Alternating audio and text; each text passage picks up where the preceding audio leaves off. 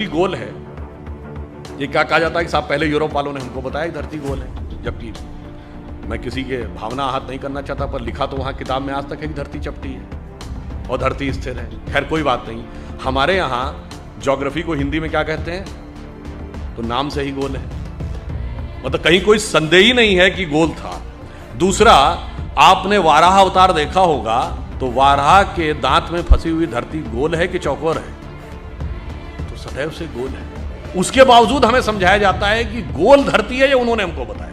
कलकत्ता के police commissioner को मार दिया गया और वाइसराय हार्डिंग के ऊपर बम फेंक दिया गया था। कभी आप कल्पना करें जरा उस सरकार की कि वाइसराय पे बम, असेंबली में बम, पुलिस कमिश्नर की हत्या, खजाना लूट गया, शस्त्रागार लूट गया, सरकार तो हिल गई होगी।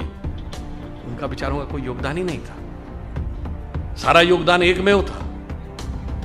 तो मेरे विचार से सारा योगदान उनका था। जिन लोगों के जो काला पानी सह रहे थे उनका योगदान नहीं था, जिन्हें कोल्हू में बैल की तरह जोत दिया गया उनका योगदान नहीं था, जो जेल में रह रहे थे पर जलवे से रह रहे थे, जो किताब भी लिख रहे थे, सेक्रेटरी भी उनके साथ था और एक नहीं 3-3 4-4 किताबें लिखी, जिनके वाइसराय के साथ अत्यंत मधुर पारिवारिक संबंध थे, वो संघर्ष कर रहे थे। ऐसा अद्भुत इतिहास जो हमारे यहां बताया गया है। तो एक बार मुझे याद है कि एक टीवी डिबेट हो रही थी, तो उसमें यह हुआ कि अमेरिका ने मदद पाकिस्तान को रोक दी। तो वो पाकिस्तान की तरफ से एक पत्रकार महोदया बैठी थी, उन्होंने कहा जी आपको मदद की ज़रूरत होगी, हमें मदद की ज़रूरत नहीं है। तो हमने कहा जी हम अमेरिका से क्या लेते हैं ये इंपॉर्टेंट नहीं है, हम अमेरिका को क्या देते हैं। तो जैसा कि अभी वो बता रहे थे, गूगल का चीफ हमारा है, माइक्रोसॉफ्ट का चीफ हमारा है, पेप्सी की चीफ इंदिरा नूई इंडियन है, इससे पहले मास्टर कार्ड का चीफ इंडियन रह चुका है, सिटी बैंक का चीफ इंडियन रह चुका है, इतनी बड़ी बड़ी ग्लोबल कंपनीज के चीफ हमारे हैं। मैंने कहा आपके यहाँ भी बहुत सारे चीफ हैं, लश्कर तैयबा का चीफ है, जैश मोहम्मद का चीफ है, अलकायदा का चीफ होता है। मैंने कहा इतना बड़ा अंतर है कि हम 75 साल में कहाँ पहुँचे हैं कि अमेरिकन मल्टीनेशनल्स भारत में आती हैं टैलेंट हंट के लिए और अमेरिकन फौजें पाकिस्तान में जाती हैं टेररिस्ट हंट के लिए। कभी ओसामा बिन लादेन मारा जाता है एबटाबाद में, तो कभी पाकिस्तान के बॉर्डर पर अमन अल जवाहिरी मारा जाता है। और इतना ही नहीं, हम अमेरिका को सिर्फ इतना ही नहीं देते हैं। जैसा कि अभी मोहित जी कह रहे थे कि भाई मैं तो बिजनेस का व्यक्ति हूं, तो समाज, राजनीति, आध्यात्म, इस विषय पर तो मैं नहीं बोलूंगा। मैं तो बताता हूं कि बिजनेस और आध्यात्म का भी हमारे यहां कैसा कनेक्शन है। हम सब व्हाट्सएप यूज करते हैं, फेसबुक यूज करते हैं, तो उसका ओनर कौन है? Mark Zuckerberg. जो लोग आईफोन यूज करते होंगे पता होगा कि एप्पल का फाउंडर कौन था? Steve jobs. अब ये मार्क जुकरबर्ग ने खुद कहा कि एप्पल के फाउंडर स्टीव जॉब्स ने उनसे कहा था कि अगर जिंदगी में कभी इतना बुरा वक्त आ जाए कि तुम्हें लगे कि तुम्हारा कॉन्फिडेंस ही खत्म हो गया है, पूरी तरीके से हताश हो गए हो, तो ऐसा करना, भारत में जाना, वहां नैनीताल जिले में कैची में नीम करोरी बाबा का एक आश्रम है, वहां जाके तुम्हें एक नई ऊर्जा मिलेगी। और मार्क जुकरबर्ग ने कहा कि मैं आया, वो दौर जब आया और मुझे एक नया कॉन्फिडेंस मिला और जाके फिर मैंने नए सिरे से यह रचना प्रारंभ की। तो हम बिजनेस के साथ साथ हम यह भी देते हैं, तभी हमने कहा कि हम सोने की चिड़िया के साथ साथ जगत गुरु भी बनेंगे, यही हमारा भवितव्य है। परंतु इस अमृत काल से पहले हमें यह भी समझना होगा कि अमृत तो बाद में आता है, सागर मंथन में विष पहले आता है। बहुत सारा विष हमारे दिमागों में भरा हुआ है। जो अभी उल्लेख किया गया कि प्रधानमंत्री जी ने 5 प्रण कहे, तो पहला प्रण क्या था कि हमें विकसित राष्ट्र बनना। अब छोटी मोटी बात नहीं सोचनी, जिसके विषय मैंने बताया। दूसरा प्रण क्या था? गुलामी की हर चीज को छोड़ना है। और यह बात उन्होंने ऐसे ही नहीं कही।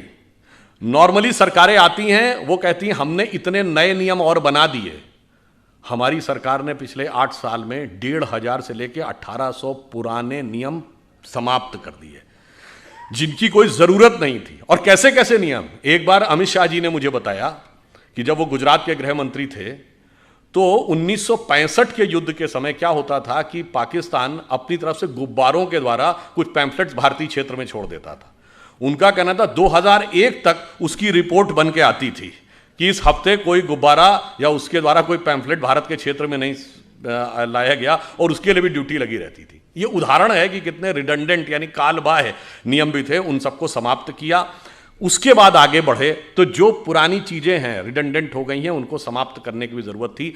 पर हमारे मन में विष कैसे भरा रहता है, मैं आपको एक उदाहरण देना चाहता हूं आप ही के क्षेत्र से। यहां अहिल्याबाई होलकर जी का पुण्य स्थान है। आपने अहिल्याबाई जी का नाम किसके नाम पे पढ़ा? अहिल्या जी के नाम पे पढ़ा। हम सब ने वो कहानी सुनी, गौतम ऋषि की पत्नी अहिल्या थी, इंद्र ने आकर संपर्क स्थापित कर लिया, इसलिए वो पत्थर बन गई। फिर भगवान राम के द्वारा उनकी मुक्ति हुई। कितना गलत है, महिलाओं के साथ कितना अत्याचार होता था, यही दिमाग में भरा हुआ है ना। पर आप में से किसी ने कभी ध्यान दिया कि अहिल्या शब्द और गौतम शब्द और राम शब्द का अर्थ क्या है? अहिल्या का अर्थ होता है जिसे हिलाया ना जा सके। देखिए, ये सब हमारे अंदर की चेतना के द्वंद्व का प्रकटीकरण है। क्योंकि जब भगवान जन्म लेते हैं तो केवल एक सामान्य, उसे लीला क्यों कहते हैं, वो एक एक जून के जीवन की घटना हमारे अंदर की चेतना का एक प्रकटीकरण है। मन की वह अवस्था जिसे विचलित नहीं किया जा सके, जिसे जरा भी हिलाया ना जा सके, वह है अहिल्या। जब मन उस अवस्था में पहुंचता है। अहिल्या किसकी पत्नी है? गौतम ऋषि की। तम शब्द का अर्थ क्या है? अंधकार। गौ का अर्थ होता है जाना। जब आप अंधकार के परे चले जाते हैं और ज्ञान के प्रकाश का साक्षात्कार करते हैं, तब चेतना उस अवस्था में पहुंचती है जिसे विचलित नहीं किया जा सकता। यह गौतम और अहिल्या के पति पत्नी होने का अर्थ है। और इसमें एक और बात है, आपको नहीं पता होगा, यह अंग्रेजी का जो गो शब्द है ना, जिसका मतलब जाना, वो संस्कृत के गो से निकला है। यही गो शब्द का अर्थ है जाना। गौतम का यही अर्थ है, तम के परे जाना। 10 बार आया है रामचरितमानस में, गो गोचर लग जा मन जाई तो जानो माया भरमाई। मगर हमारे दिमाग में भरा है कि गो अंग्रेजी का शब्द है। हमारे यहां गोचर, ग्रहों की गति को गोचर कहते हैं ना। आज का गोचर, ज्योतिषी से पूछे, कहता आज का गोचर, ये सब गो शब्द जाने से बना है। अब इंद्र कौन है? इंद्र शब्द का अर्थ जानते क्या है? बहुत बार हम लोगों ने सुना, खूब हमारे यहाँ कहानियों में है कि जैसे ही कोई एक ऋषि तपस्या करने लगा तो इंद्र ने जो है अपना अप्सराएं भेजकर उसकी तपस्या भंग करने का प्रयास किया, क्योंकि इंद्र का आसन डोलने लगा। इसका क्या अर्थ है? इंद्र शब्द का अर्थ जानते क्या है? आपने ईंधन वर्ड सुना है? फ्यूल के लिए यूज होता है, सोर्स ऑफ एनर्जी। ये ईंधन शब्द इंद्रन शब्द का अपभ्रंश है। इंद्रिय शब्द इंद्र से निकला है। हमारी सारी सांसारिक इंद्रियों की जो सोर्स एनर्जी है, दैट इज इंद्र। और जब कोई तपस्या करता है तो इसका अर्थ क्या हुआ? वो इंद्रियों को कंट्रोल करने की कोशिश करता है, तो इंद्र का आसन डोलता है, यानी इंद्रियों की सत्ता कमजोर पड़ती है। तो बाय लॉ ऑफ इनर्शिया इंद्रियां सबसे ज्यादा तेजी से उसके ऊपर इनर्शिया बैक फोर्स मारती हैं। और वो सबसे ज्यादा किस पे मारेंगी? मानसिक रूप से मानेंगे, कि मन सबसे प्रबल इंद्रिय है। इसीलिए कभी आपने ध्यान ही नहीं दिया होगा कि अप्सराओं के नाम क्या? मेनका, जहां पर मन एकाग्र हो, उर्वशी, हृदय को वश में करने वाली। ये सब प्रवृत्तियां हैं जो जाकर हमारे मन पर अटैक करती हैं। तो जैसे ही इंद्रियों की शक्ति, जब आप अंधकार के परे चले गए और उसे विचलित नहीं किया जा सकता था, यदि इंद्रियों की शक्ति के प्रभाव में आ गए तो क्या हुआ? पत्थर का क्या हुआ? चेतना शक्ति का लोप हो गया। आप पदार्थ यानी सांसारिक शक्ति के रूप में रह गए। जो आध्यात्मिक चेतना थी वो चली गई। अब आध्यात्मिक चेतना दोबारा कब मिलेगी? राम शब्द का अर्थ जानते क्या होता है? हिंदी या संस्कृत में शब्द है, रम धातु से बना है, जिसका अर्थ होता है रमना। रमनते इतराम, रमणीक स्थान, रमता जोगी। यानी किसी भी चीज जिस चीज में सेटल्ड होती है उसको रमना कहते हैं। इसीलिए राम शब्द का तात्विक अर्थ है रमनते इतरामा, अर्थात वह तत्व जिसमें सारा संसार सेटल्ड है। फिर यानी वही divine element which beholds the entire universe, फिर जब उसके साथ दोबारा संपर्क होगा, that conscious energy will revive और वर्ल्डली एनर्जी विल डिसअपियर। मगर हमारे दिमाग को क्यों, अब ये क्यों, किन्होंने पढ़ाया गया जानते क्यों? 1854 में कार्ल मार्क्स ने एक आर्टिकल लिखा था शिकागो हेराल्ड ट्रिब्यून में कि हिंदू जाति चाहे जितनी भी समृद्ध हो, पर वो नंदी, बैल, बंदर, हनुमान और हाथी गणेश को पूजने वाले इसी लायक थे कि उनके ऊपर हुकूमत की जाए, क्योंकि वो मूर्ख थे। मान्यवर, हम मूर्ख नहीं थे, इतना समझने लायक बुद्धि आपके पास नहीं थी, क्योंकि आपने ना कभी भारत में आए, ना आपने भारतीय संस्कृति पढ़ी, ना आपने संस्कृत पढ़ा, और आपने कुछ नहीं पढ़ा, और उसके बावजूद बैठे बैठे व्याख्या दे दी। और मैं पुनः यह बात चुनौती से कहता हूं, किसी मार्क्सवादी ने वैदिक संस्कृत पढ़ी ही नहीं, जैसे कोई आईआईटी या इंजीनियरिंग कॉलेज में जाकर बीटेक करे नहीं और इंजीनियरिंग पे भाषण देने लगे, उसी प्रकार कोई मार्क्सवादी बताए उसने किस वैदिक गुरुकुल में जाकर वैदिक संस्कृत पढ़ी है और फिर वेदों पे कमेंट्री की है, अंग्रेजी में पढ़ के वेदों पे कमेंट्री की है। ऐसे महान महान लोग हैं। और वो मैं उदाहरण बताना चाहता हूं, जब राम जन्मभूमि का मुकदमा चल रहा था, ये सुप्रीम कोर्ट की नहीं, जब Lucknow bench of Allahabad high court में चल रहा था, तो दोनों पक्षों से कहा गया कि आप अपने अपने इतिहासकार ला सकते हैं। तो हमारी तरफ से जो इतिहासकार थे उसमें देवेंद्र स्वरूप जी थे, एसपी गुप्ता थे, ग्रोवर साहब थे, डॉक्टर हर्ष नारायण थे। उधर से ऑब्वियस कौन थे, सूरज भान थे, आर एस शर्मा थे, रोमिला थापर थी, यही सब लोग जिनको डीएन झा वगैरह, ये लोग स्वयं नहीं अपीयर होते थे, अपने प्रतिनिधियों के थ्रू होते थे। अब भाई देखिए, कोर्ट में तो राजनीति नहीं चलेगी। कोर्ट ने पूछा कि आप राम मंदिर के मुद्दे के ऊपर आए हैं, तो आप पहले ये बताइए कि आपका हिस्ट्री में विषय क्या है, एंशिएंट इंडिया विषय है क्या? तो उसमें से ज़्यादातर लोगों लिख के दीजिए एंशिएंट इंडिया हमारा विषय नहीं है। अब वहाँ खुदाई का विषय था, तो आपको पता होगा हिस्ट्री में 2 ब्रांच होती ना, आर्कियोलॉजी एंड कल्चर। तो आर्कियोलॉजी खुदाई से डील करती है। उनसे पूछा गया आर्कियोलॉजी के एक्सपर्ट हैं? नहीं जी, हम उसके एक्सपर्ट भी नहीं, हमें आर्कियोलॉजी नहीं आती, यानी खुदाई वाला विषय हमें नहीं पता। चलिए, तो कल्चर का पता होगा। अब कल्चर तो किसी लैंग्वेज में लिखा रहता है, सारे डॉक्यूमेंट्स 2 ही भाषाओं में थे, संस्कृत और फारसी। और मजे की बात है, सबने ये लिख के दिया है कि फारसी नहीं, उन्हें संस्कृत भी नहीं आती है। यानी ना खुदाई जानते थे, ना लिखाई जानते थे, और दावा ये सारी खुदाई जानते थे। वो आके हमको समझाते थे, जबकि हमारी तरफ से लोग ऐसे थे जो संस्कृत भी जानते थे, फारसी भी जानते थे। डॉक्टर हर्ष नारायण श्रीवास्तव को मैं व्यक्तिगत रूप से जानता हूँ, जितने बड़े संस्कृत के विद्वान थे उतने बड़े फारसी के विद्वान थे। इसलिए जब बाबरी मस्जिद वाले कोई डॉक्यूमेंट देते थे फारसी का और उसका ट्रांसलेशन करके देते थे, तो डॉक्टर हर्ष नारायण को दिया जाता था टू वेट दैट ट्रांसलेशन, कि भाई जो ये ट्रांसलेशन है ये यही है या इसमें कोई एक आध नुक्ते का हेर फेर है। इससे आप समझिए कि किस प्रकार की चीजें हमारे दिमागों में भरी गई और हमारा दिमाग किस तरीके से उन सारी चीजों से इफेक्ट हो गया, और किन लोगों ने भरी जिनको उसका कुछ भी एबीसीडी नहीं आती थी। वैसे ऑन द लाइटर नोट में कहूं, जब ये देवी अहिल्या जी वाला उल्लेख आता है, तो तुलसीदास जी का जो पूरा साहित्य है ना, वो पूरा एक गंभीर राम भक्त साहित्य माना जाता है। पर एक ही आध जगह तुलसीदास जी ने हास्य रस का भी उल्लेख किया है।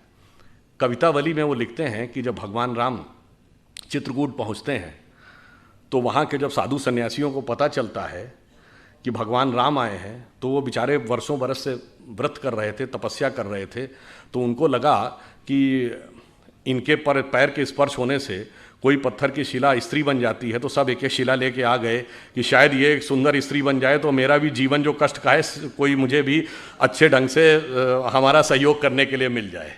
तो उसको उन्होंने लिखा है कि विंध्य के वासी उदासी तपोव्रत धारी महाबिनु नारी दुखारे, और गौतम तीय तरी तुलसी सो कथा सुनिबे मुनिवृंद पखारे, होए हैं शिला सब चंद्रमुखी परसे पद मंजुल कंज तिहारे, और कीन भली रघुनायक जीव करना करी कानन को पगधारे। तो मतलब उन्होंने हास्य का भी प्रयोग किया। ये तो एक चीज हुई। अब दूसरी बात आई है, जिस जमाने में देवी अहिल्याबाई होलकर यहां पे रूल कर रही थी, 18वीं सेंचुरी, आपको पता है उस समय यूरोप में क्या था? 1542 से वहां पर विचक्राफ्ट एक्ट था। विचक्राफ्ट एक्ट का मतलब होता किसी भी महिला को चुड़ैल घोषित करके जला दिया जाता था। और वो समय जब भारत में चाहे रानी अहिल्याबाई हो, रानी दुर्गावती हो, कित्तूर की रानी चेन्नम्मा हो, वो मध्यकाल का दौर, चाहे छोटे मोटे राज्यों की रानी अबक्का हो या रानी लक्ष्मीबाई हो, वो यहां शासन कर रही थी। और वो लोग, और कौन, कोई भी चर्च घोषित कर देता था कि ये चुड़ैल है और उसको जला दिया जाता था। ये बाई पार्लियामेंट ये एक्ट था, ये ब्रिटिश पार्लियामेंट का एक्ट है। और आपको पता है वो एक्ट कब तक रहा है? 1951, 1951 में वो एक्ट रिपील किया गया है। और वो लोग हमको ज्ञान देते थे कि महिला समानता आप यहां नहीं है, महिला समानता तुम्हारे यहां थी। आपको पता है अंग्रेजी का ये शब्द विच हंट आप सबने सुना होगा। ये विच हंट शब्द उसी विचक्राफ्ट एक्ट से निकला है कि किसी भी औरत को विच घोषित करके फिर उसको पकड़ना और पकड़ के मौत के घाट उतार देना। हकीकत यह है कि विच हंट करने वालों ने हमारे खिलाफ विच हंट किया है कि हमें कहां कहां पे नीचा दिखाया जा सकता है। और इसलिए मैं ये कहना चाहता हूं, हमारे यहां स्थिति ये थी, ये तो हुई रूल करने की बात। वैदिक काल में 20-22 ऐसी विदुषी महिलाएं हैं, गार्गी, अपाला, लोपमुद्रा, मैत्रेयी, जिन्होंने बाकायदा वेदों पर व्याख्यान किया है, शास्त्रार्थ किया है, याज्ञवल्क्य का गार्गी के साथ शास्त्रार्थ, संध्या का ऋषि मेधातिथि के साथ शास्त्रार्थ। हम चुनौती के साथ कहते हैं दुनिया में कोई दूसरी धर्म संस्कृति बताइए जो धर्म ग्रंथ के ऊपर पहले तो डिस्कशन का पावर देती हो और डिस्कशन का पावर महिला को देती हो।